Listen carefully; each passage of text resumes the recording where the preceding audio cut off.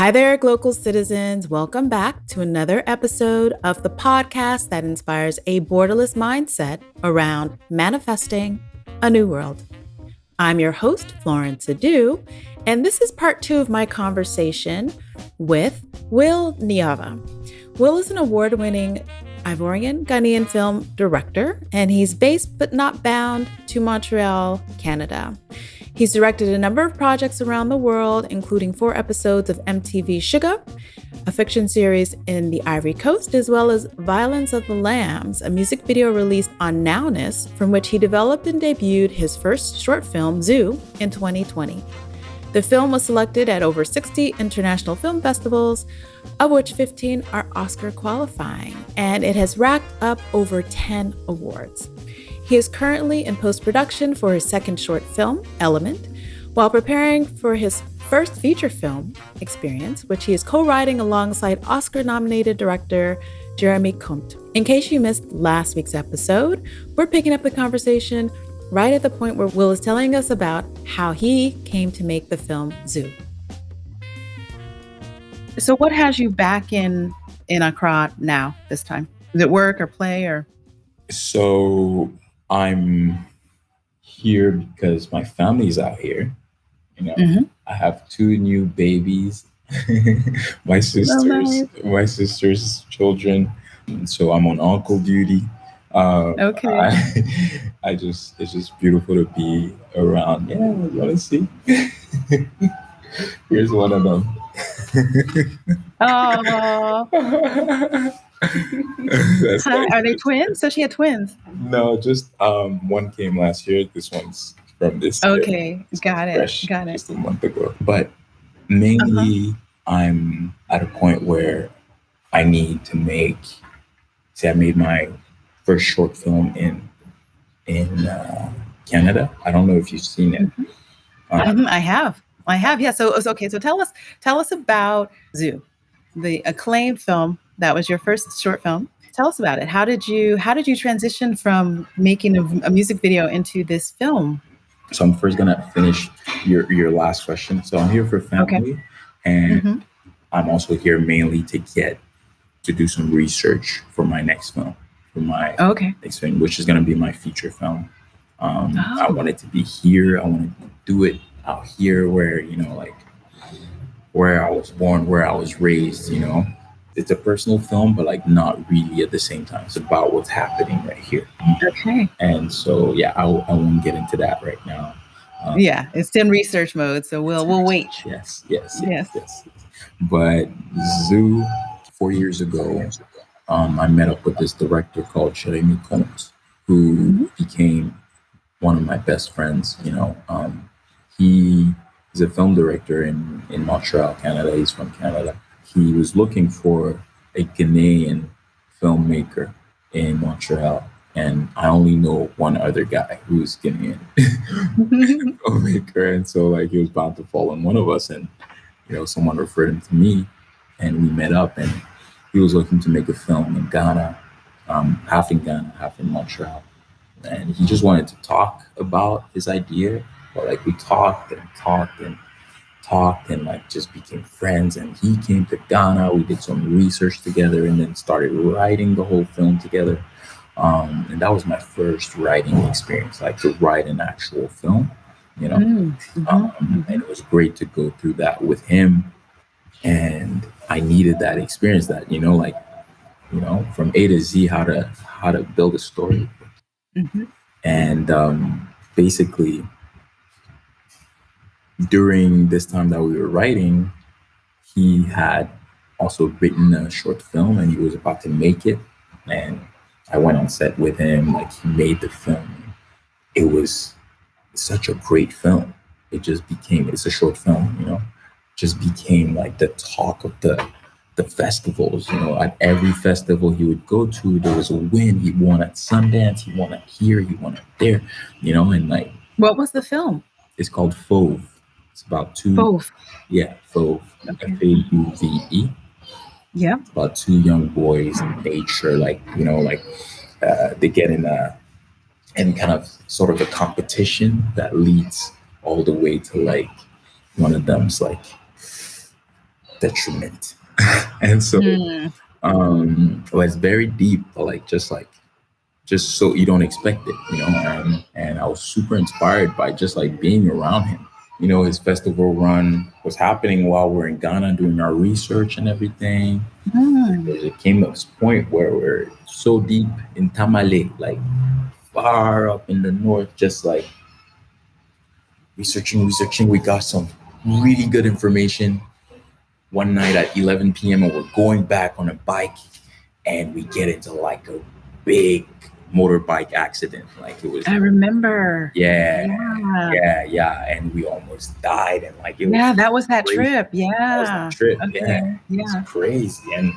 And we came out alive, we came out well, and we came out with more stories. So we came out with more character. We came out with and coming out of that, I lived so much in that experience that, something good had to happen. Something else had to happen, something new. And that thing was that Jérémy's film went all the way to the Academy Awards, Wow. Yeah, which is crazy. Okay. He was nominated for an Oscar, and like we're all there, we're hoping like just like amazed just to be there. We're like, oh, hope he's gonna win, but like that was already the win, like just being just to get there, And that gave us like a lot more traction, and we went to LA and visited like a lot of production houses, met with all these big people who want to work on the film that we're working on. And me seeing all this, I was just like burning to make my own film. I was just I'm like, the next opportunity I get to make a film, I'm gonna do it. I'm just gonna hop in. I'm ready. It was burning inside me, and someone referred me to this band called Solitary Dancer. They're an electronic music band, and they wanted to make a music video. They wanted to make a music video related to the subject of like police violence, or police brutality, something like that. Because Anthony, the guy, one of the musicians in the band, had experiences with the cops, and he felt like he really needed to kind of represent something in one of his music videos. And so we met at a bar and we talked about his experiences, and I had a lot of experiences with cops, specifically in Ghana and Ivory Coast, gotten arrested, gone to jail, like a lot of experiences with the cops, and it wasn't fun. It really wasn't fun. And I've always just like, I have this spidey sense now. Whenever there's a cop in the room, whether he's like in uniform or not, I know. Or whenever like cops are about to pass by, I know. Or like, it's weird. I get, and whenever I see a cop, I just like, I get mad, like it's weird. I have like a weird PTSD now. And that's exactly what it is. PTSD. Yeah. Something that trauma. I need to get over. I really have been traumatized, and like the experiences that I had, like first year of college was not fun. Like thought I was really going to end up in jail for the rest of my life just for this specific, for weed, like, so I felt like I needed to denounce it some way, somehow in my work,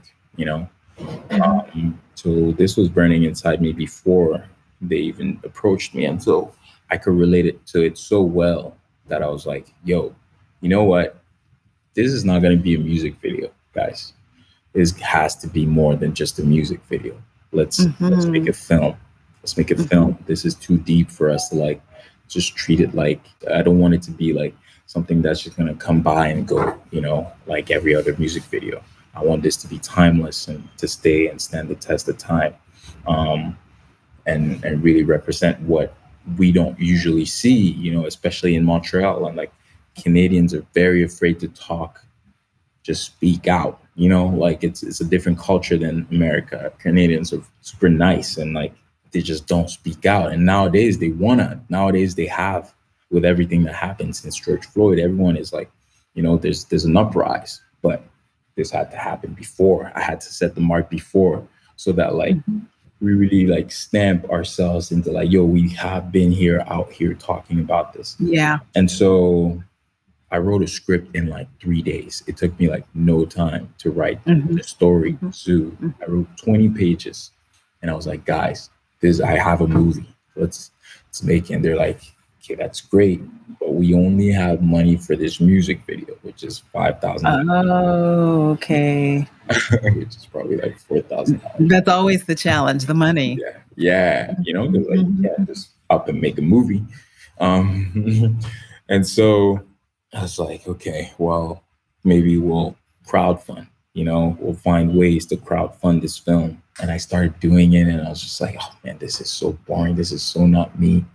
Um, Mm, I yeah. think everyone who starts a crowdfunding thing is just like, Yeah, you because gotta it's do it. work. Yeah, Yeah. it's Yeah, work. it's work. You gotta do it. You gotta do it. And I, went through the whole process of it, but I was like, at the end of it, I was just like,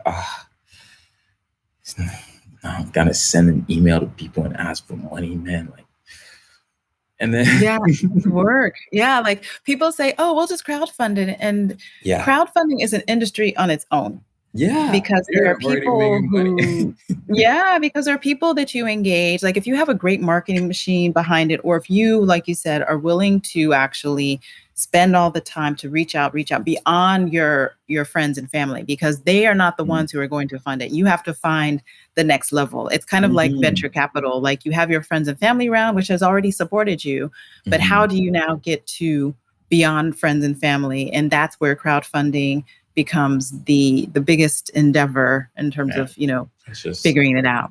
Hmm. I strongly believe in it because it gets already a community of people that are behind you and supporting you Yes. from the get. Hmm. However, I'm not that guy. Like right Right. now, at least, Sure.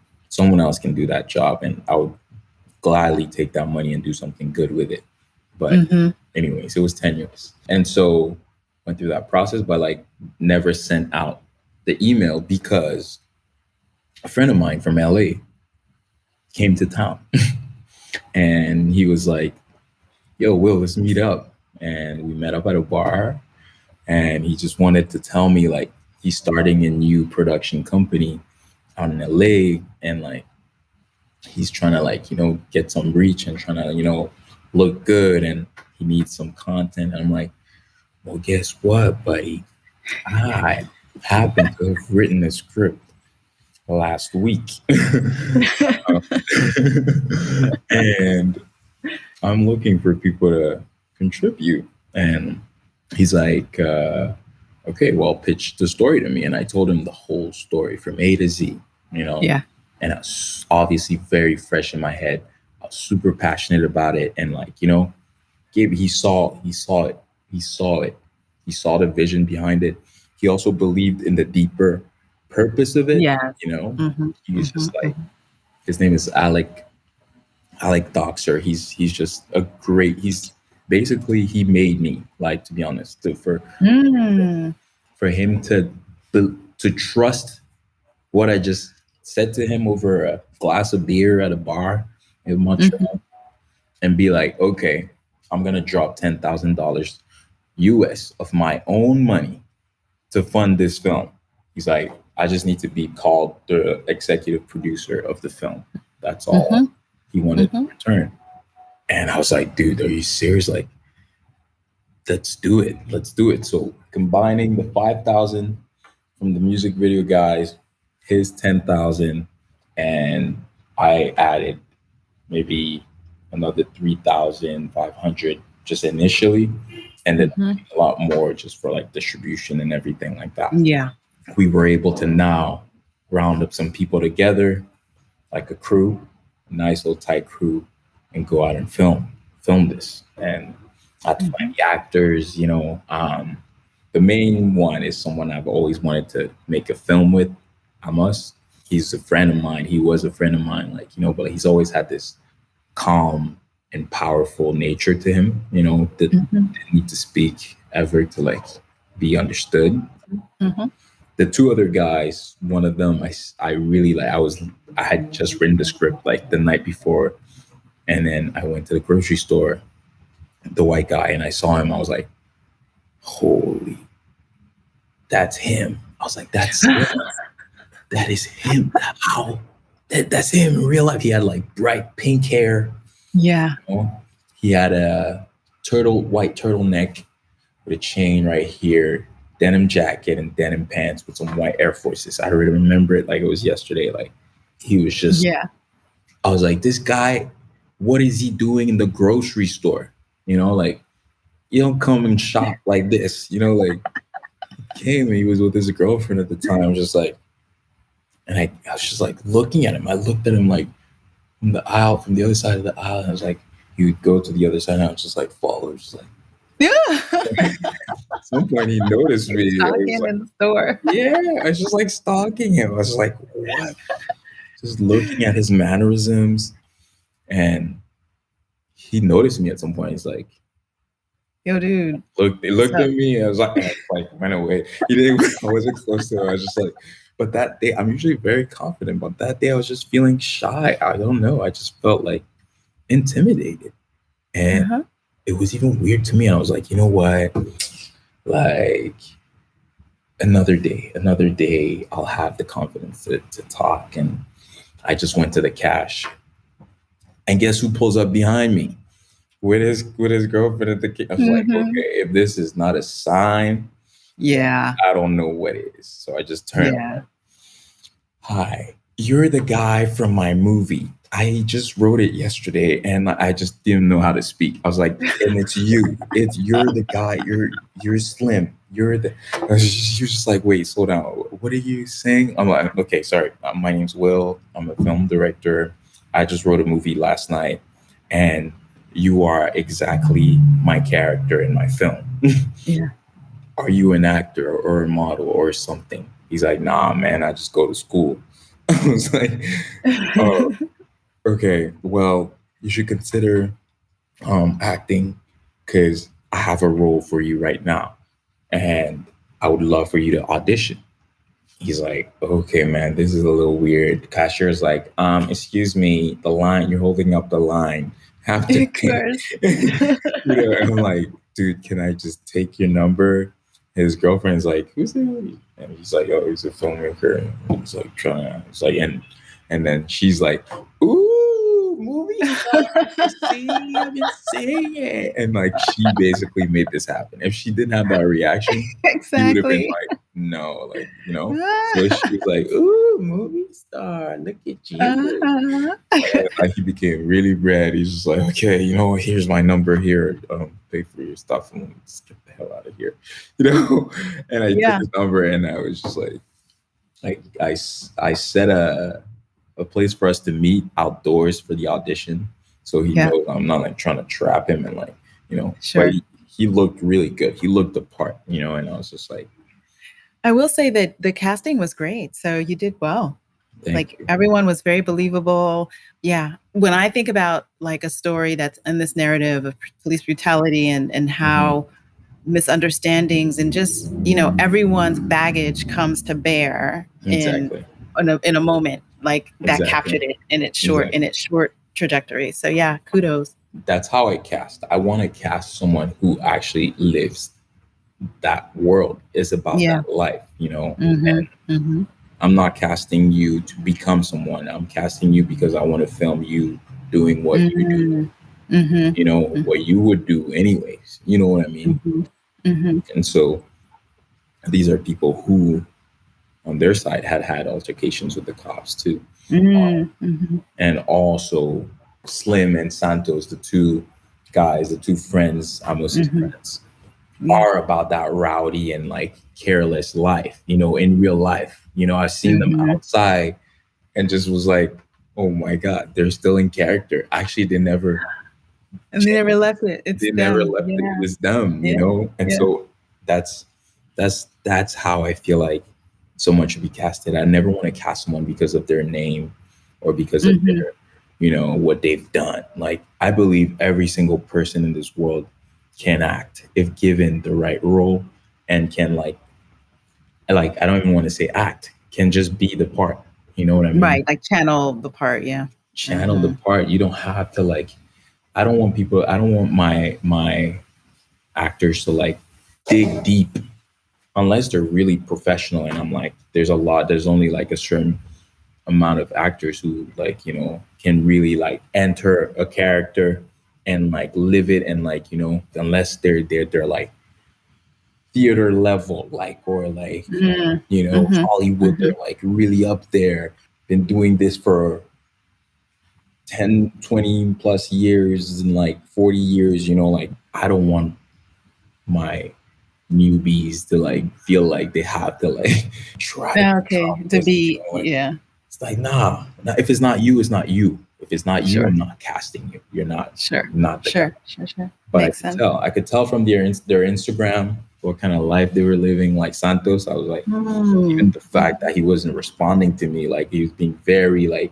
Dismissive, yeah, dismissive, didn't really care. I'm like, yo, I'm your nonchalant. very Yeah. nonchalant, just did not care at all. Like, you know, Mm. I'm like, man, like I'm trying to get hold of this guy, but like, he's not serious. But like, it's also what I want in him. Like, you know, it's Yeah, like yeah. so great, You so hard struggled. to get. Yeah, so hard to get a hold of these guys. But like, Got we it. made it. Got it. Got it. Yeah, we made it happen.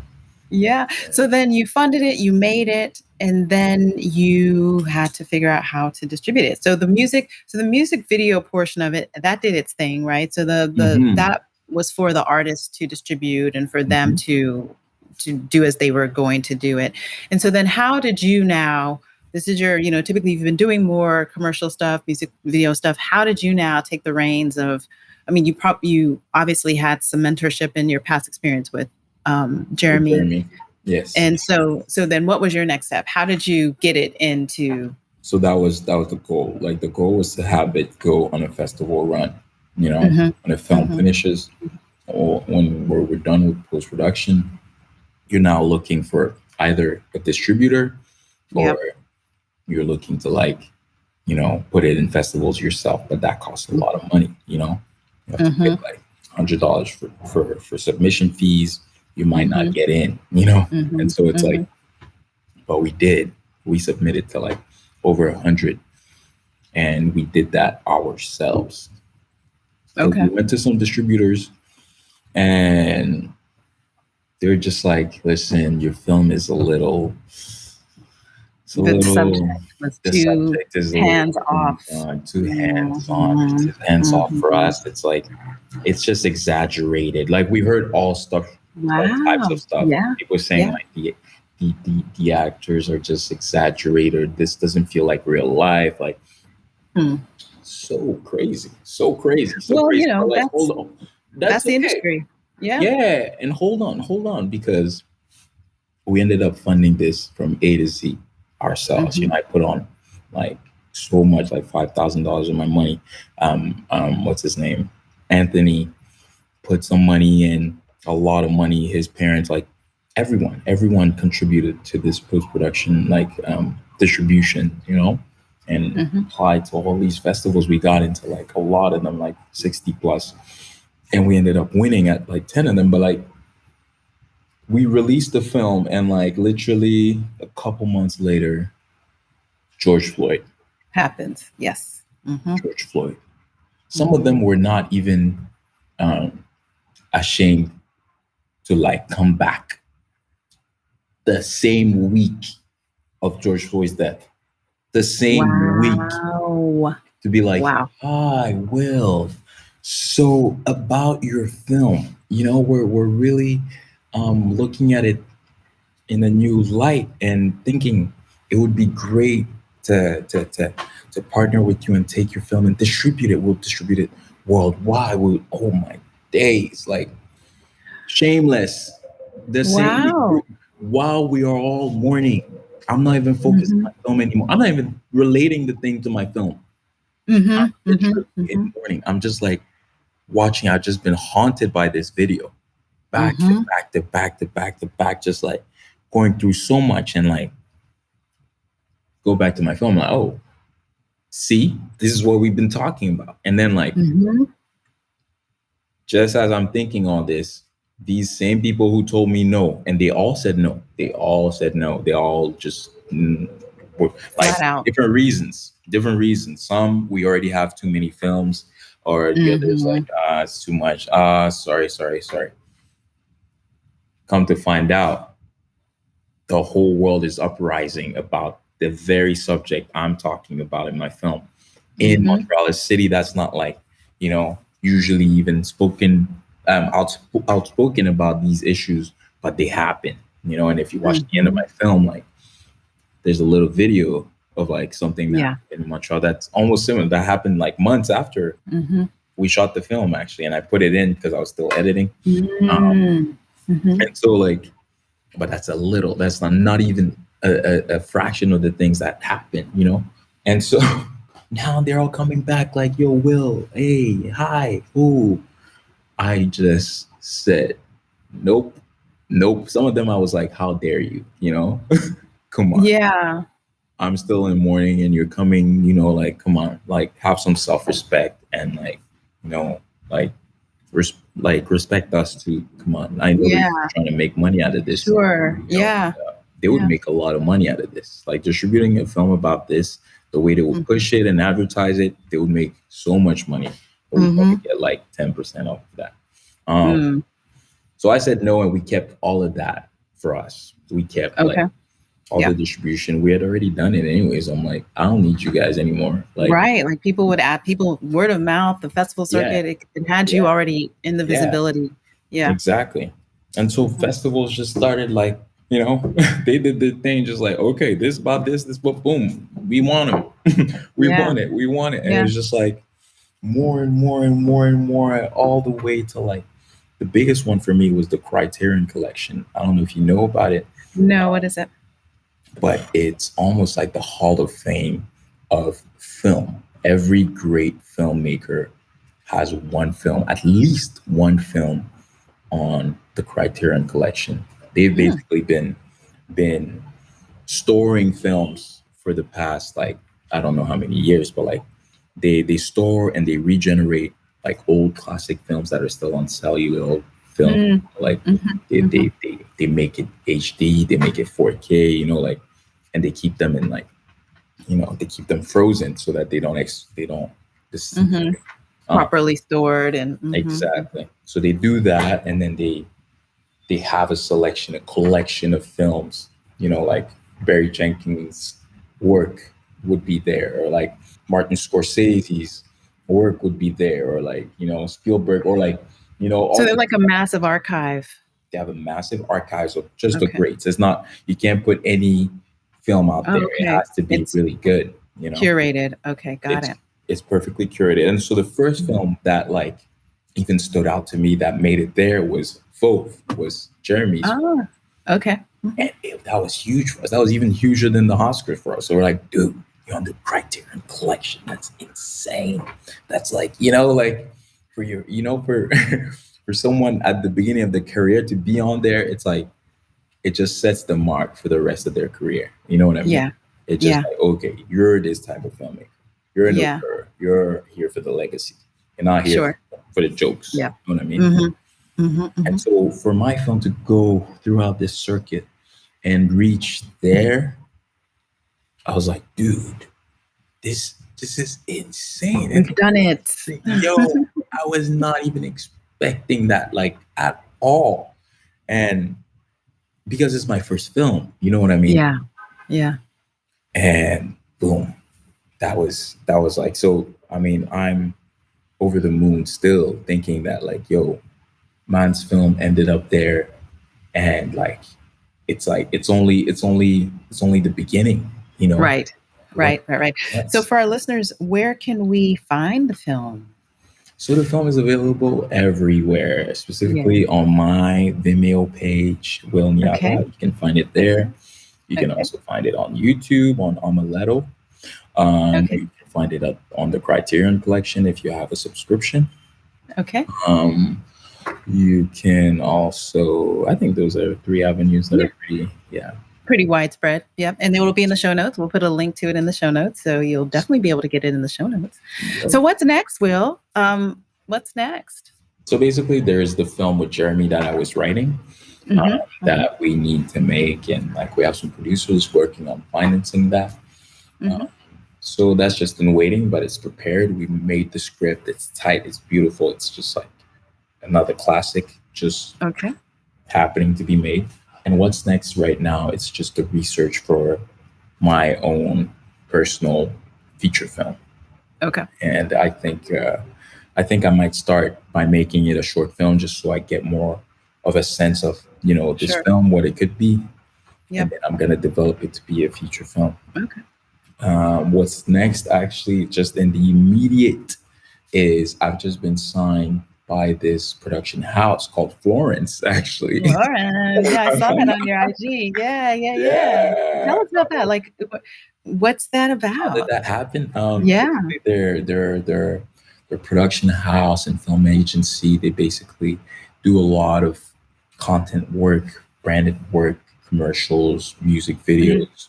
They have clients like Google, Apple, Amazon, like Hulu, like all the big companies, and they made music videos or like stuff with Donald Glover, Weekend. Like they're on that caliber of like clients. Those are the people who come to them looking for stuff to be made, and they refer them. Wonderful. They basically connect us. They're like, okay, we have this director who'd be perfect for that. And so like they would refer me to like different clients, for jobs and stuff like that. And that's how I was able to do something for H.E.R and Billy Eilish, and like, yeah.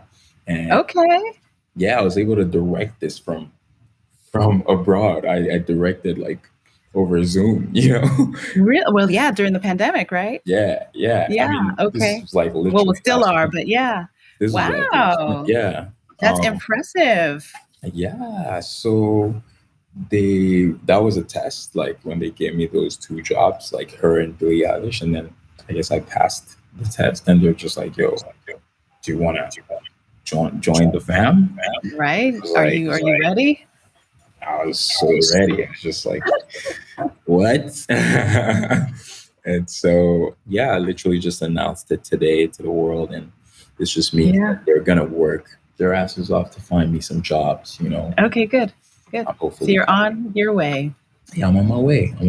I'm just trying to, make some money that's going to be a good source of where sustaining income. Yeah, exactly. Where I just like have fun, discover, play with some toys, and like actually practice for my own personal projects. You know what I mean?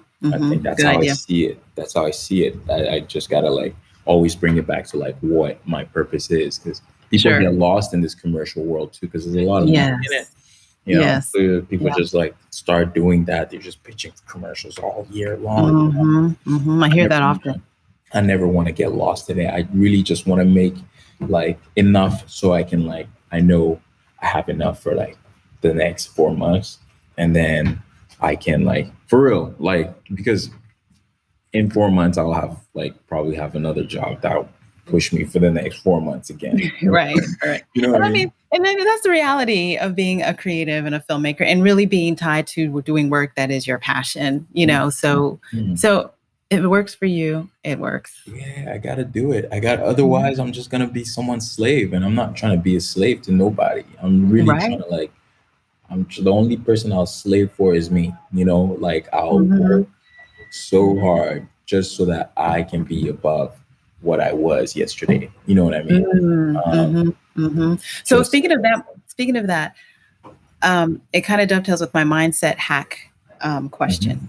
So I ask this question of all my guests, and it's, what is your favorite or an innovative mindset hack? Now, this is one that you can imagine, one that you practice, one that you know of. What is your mindset hack? I think I don't know yet. However, I'm always just, if you're going to be in competition with someone, it has to be with you.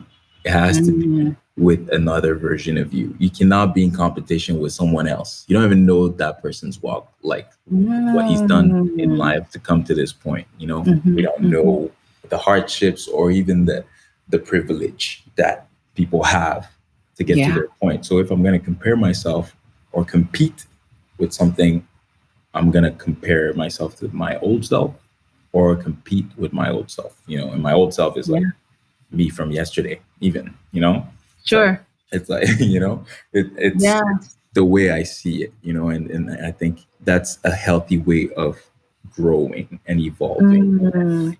And if I'm comparing myself, it's not to it's not to devalue or like bring myself down. It's literally just to see how much have you achieved in this amount of time, you know, like, or how much have you done. And when I say achieve, it's not like, it doesn't have to be a huge achievement. It's just literally, what have you done that is different from 3 years ago, you know, Right. or from last year, you know, Right. so that you can keep the books. You have to, like I said, we move. So if we move and then you realize you're still at the church station, then Charlie, You're not you haven't moving. moved. you know, so You're standing yeah. still. Huh? So a if good you're gonna one. compete, compete with something or someone, compete with yourself. Want to be yourself. Yeah. Good one. Good Yeah, one. yeah. Okay. So I know time is going. Your nephews are looking for you. I have just one. I want to ask you, I always ask to kind of get a better sense of the person behind the person.